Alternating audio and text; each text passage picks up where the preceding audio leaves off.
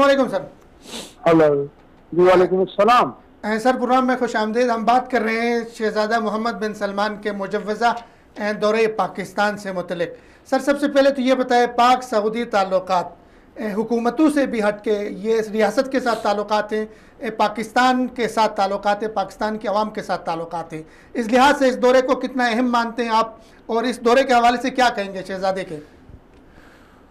जी बहुत शुक्रिया। सबसे पहली बात यह है और सऊदी अरब दो रियासतों के ताल्लुकात हैं और होने चाहिए जी। और इन ताल्लुकात को एक लीडर के आने या दूसरे के एक के जाने से फर्क इन पे नहीं पड़ना चाहिए। सही।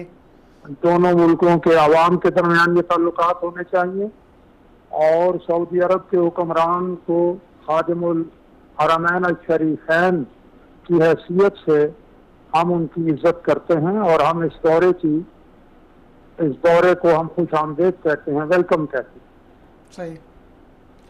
तो सर वहाँ पे सऊदी अरब के हवाले से ये बात हो रही है कि पहली दफ़ा सऊदी अरब बड़े पैमाने पे सरमायाकारी कर रहा है, सीपेक पे सरमायाकारी कर रहा है वहाँ पे, और 20 अरब डॉलर की सरमायाकारी की बात हो रही है। तो सऊदी अरब की सरमायाकारी करना सीपेक में, सऊदी अरब की शमूलियत, इसको किस नज़र से आप देखेंगे बतौर मुस्लिम लीग नून के रहनुमा के?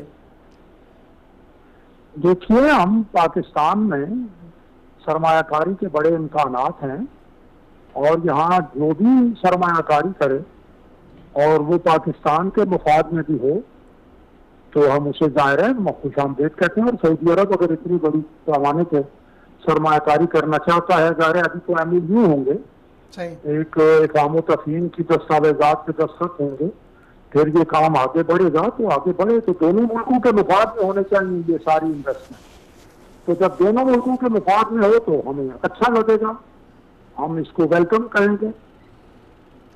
सही सर। सर इस दौरे में कहीं ऐसी भी बातें सुनाई दे रही है कि मियाँ साहब को वहाँ से निकालने के हवाले से भी सऊदी अरब कोई दरख्वास्त रखेगा पाकिस्तानी हुकूमत के सामने, इसके कुछ इम्कानात हैं? बिल्कुल कोई इम्कान नहीं। नवाज शरीफ साहब इससे पहले उन्होंने अपने वालिद मरहूम की बात मानी थी, सही, जिनकी वफात भी सऊदी अरब में हो गई थी, और नवाज शरीफ साहब की अगर अपनी जात पे बात होती तो वो मुल्क से बाहर ना जाते। सही। अब भी ये हुकूमत कोशिश कर रही है कि नवाज शरीफ साहब किसी तरह से मान जाए और वो बैरून मुल्क चले जाएं, और उन्होंने दो टोक अंदाज में कह दिया है कि मैंने कहीं नहीं जाना।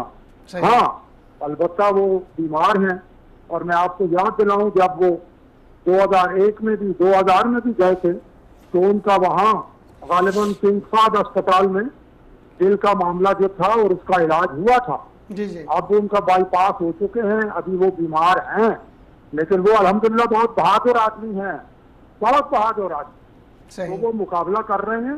कोई हमें किसी किस्म की कहीं से पनाह नहीं चाहिए, लेकिन ये जरूर हम कहेंगे कि कायदे कानून के मुताबिक मामला चलने चाहिए। ये निशाना बनाना, इंतकाम का निशाना बनाना जो यहाँ पाकिस्तान में होता रहा है, ये काम नहीं होना चाहिए। सही। तो सर आप फिर वली अहद को खुले दिल के साथ पाकिस्तान में खुश आमदीद कहेंगे?